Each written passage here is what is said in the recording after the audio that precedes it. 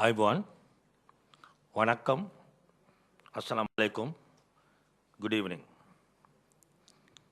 Most respected public sector leader and respected secretary, Mr. Lalit Veeratunga, Vice Chancellor of the KD University, members of the head table, distinguished members of the audience, and ladies and gentlemen.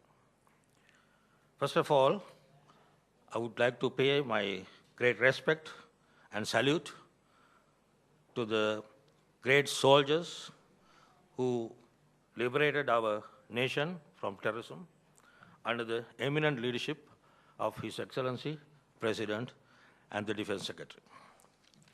Now, after 30 years of war, the next challenge is the peace building and development, economic development. So that is the biggest challenge. There is no short-term solutions for this. So my topic is sustainable peace and development through reconciliation, a shift in paradigms. This is a very important concept, but a lot of people have not understood the problem or the importance of the paradigm. That's why I'm going to highlight. So definition of the sustainable and plus development.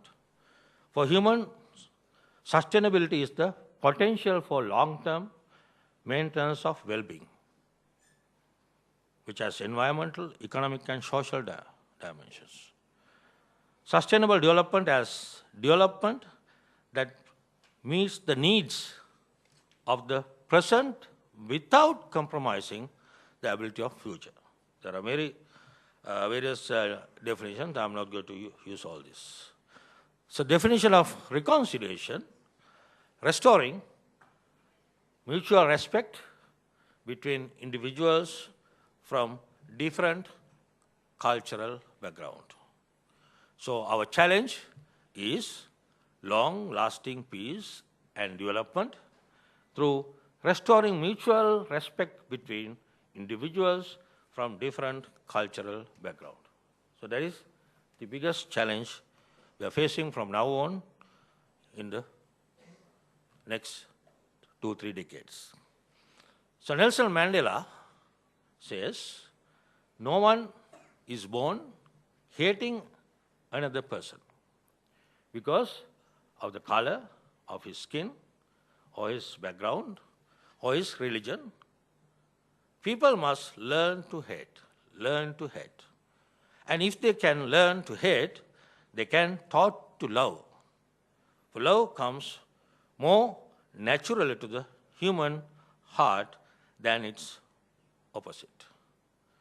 Now, so people learn to hate and love.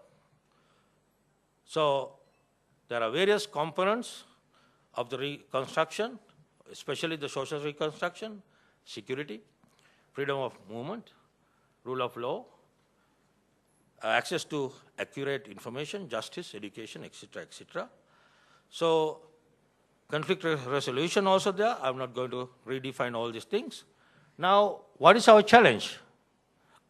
Now, as you can see, from 1970 to 2010, environment has been changed.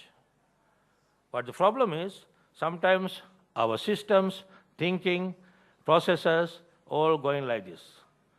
According to the environmental change, we are not changing. That means we have to have a strategic approach. So one of the biggest challenges we are facing organizationally, thinking-wise, the environment is changing, are we? So most of the organizations who cannot succeed in the system, who are failed because they are not changing according to the environmental changes. Now it's high time for us to think and change ourselves. So I am going to introduce two effectiveness and efficiency, most important concept in management. And the definition of effectiveness is do the right thing. My friend Siddhartha will explain you further one day. And efficiency, do the right thing. Now we can do the right thing efficiency is do the things right. Now, effectiveness, by definition, do the right thing. We can do the right thing as well as wrong thing. By definition, efficiency, we can do in right way as well as wrong way. So our challenge is to do the right thing in right way. At the same time, we can do wrong thing in right way and right thing in wrong way as well as the wrong thing in wrong way. Now, any country, any organization, whatever, what is the percentage we do the right thing in right way? So that is the challenge. So whatever we did rightly 10 years or 5 years back may be not correct now. So environment is changing, so now we have to change. For example, those days we used land phones or analog technology. But now our thinking is based on analog thinking model. So declaring the national language was the right thing, but single only he did in wrong way. He would have done it in declaring national language and using single and Tamil both, it was the correct thing. So he did right thing in wrong way. So that kind of historical mistakes goes a long way because of something that is called paradigm. I'm going to explain what is a paradigm. So I will explain this with a simple, this project is not working, right? Okay, right. Because I thought you can see the graph. I was explaining, sorry. Sorry, did you see my graph? And anyway, so I will ask you a story. I'm going to ask you a question. And if you know the correct answer, please raise the hand. Father and son went in a car, and car met with an accident. It was a fatal accident, and father died on the spot. And son was badly injured, and he was rushed to the hospital, and he was ready for an operation. So surgeon came with gloves and everything, and surgeon goes to the patient and says, I cannot do this operation. He is my son. Now father is dead. Surgeon says, he is my son. How do you explain it? Is there anyone? Yes. Okay, there are 2-3 people who's going to answer. The correct answer is surgeon versus mother. Surgeon versus mother. But unfortunately, we didn't get that very simple answer due to one reason. Why? I'll show you what is it. No matter the answer, what is, the important thing is find out why we couldn't answer properly, correctly. So the answer is the paradigm. What was the paradigm? What was our paradigm? Surgeon equal male. As far as you are standing on the paradigm of surgeon equal male, you cannot get a simple answer like when a father died, who is going to be the surgeon? Right? That is mother. But we don't get that correct answer. The culprit is paradigm, not attitudes, the paradigm. Therefore, when you take decisions, especially the effectiveness, do the right thing is mainly depending on paradigms. So that's why I'm going to highlight this. As a nation, we should shift people's paradigm. That is why we are getting a lot of resistance. That is not easy. So even higher education is having the same problem. So as my respected friend explained, but we are doing it. We cannot stop it. Even we won the war thanks to shifting paradigm. Because I can remember very well, when Norachole was going to start by the previous president, people came with placards, stopped. Upper Kotmale was stopped due to the pressure from the society. Even war was stopped due to the pressure. Right? But the new president and the leadership didn't worry about that. They continually did it. So their paradigm was stronger than the earlier.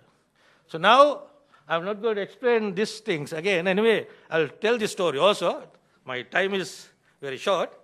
And my friend, I had a friend in Kandy. He never used a land phone. And we are telling him to use a land phone. One day he was telling me, hey, Machang, I bought a land phone. Now I am coming to Colombo, and from my car I am calling from that land phone. You know the answer. What is it? It is CDMA phone. Because now you can answer easily for that because your paradigm has shifted. You know that there is a phone called CDMA. But if you knew only the land phone and the hand phone, you couldn't answer. Now, as soon as you stop learning, you stop leading. Therefore, all the leaders should continuously learn. So that is very important. Otherwise, we will do the wrong thing believing it is correct. So what is a paradigm? Means perceptions, assumption, theory, framework or reference, or lens through which you view the world. It's like a map of territory or city. If inaccurate, it will make no difference how hard you try to find your destination or how positively you think. You will stay lost. If accurate, then diligence and attitude matters. So I'll give you one more story for that. One foreigner came to Sri Lanka during the tsunami time, and he wanted to go to Galle. He bought a 1-inch map from airport, and he went to the hotel and looking for Galle. But he never find Galle, but he find always K Galle. What has happened? So bookshop keeper has given him not the correct map. He has given K Galle map. So he couldn't find the correct answers. So therefore, the map should be corrected. So likewise, so minor versus quantum change. So there are two types of changes. If you want to make a minor incremental changes and improvement, work on practices, behaviors, and attitudes. But if you want to make a significant quantum improvement, work on paradigms. So I will explain this and finish my presentation. So environment is the dotted line. When the environment changes, you can have incremental change. When a drastic environmental change is there, we cannot do still incremental changes, but then we will come to the flux, and so the gap between the environment and our organization or our thinking is becoming drastic. So if you don't do a paradigm shift or drastic change, so then we will get vanished. So therefore, we have to think and understand the importance of paradigm and do the things correctly. So how you think and how you act. So therefore, in Sri Lanka also, we have two, especially the, as far as feast is concerned, this is the paradigm. Sinhalese has the Buddhist, Sinhala Buddhist paradigm, Tamil, Hindu paradigm, and Moors Muslim paradigm. So now we have to shift that paradigm, given up that paradigm, and have to have a new paradigm called multi-ethnic, multi-religion Sri Lankan paradigm. So how can I explain this? So this is what? Sri Lankan multi-ethnic paradigm. Sinhala Buddhist paradigm, Tamil Hindu paradigm, and Muslim Islamic paradigm. So we have to give it up, and we have to come to the center, and that is the Sri Lankan paradigm. So education has a major role to play, and there are many things, teaching, research, and social services, teaching, new courses, new approaches, new books, even textbooks has to be rewritten. Because most of the textbooks has been written based on Sinhala Buddhist paradigm by the Sinhalese, and maybe Tamils based on the Tamil Hindu paradigm. So that is the message I want to send. So research also has to be done, social service has to be done based on all these things. And finally, if you understand the matter or the importance of paradigms, we can win. Thank you very much.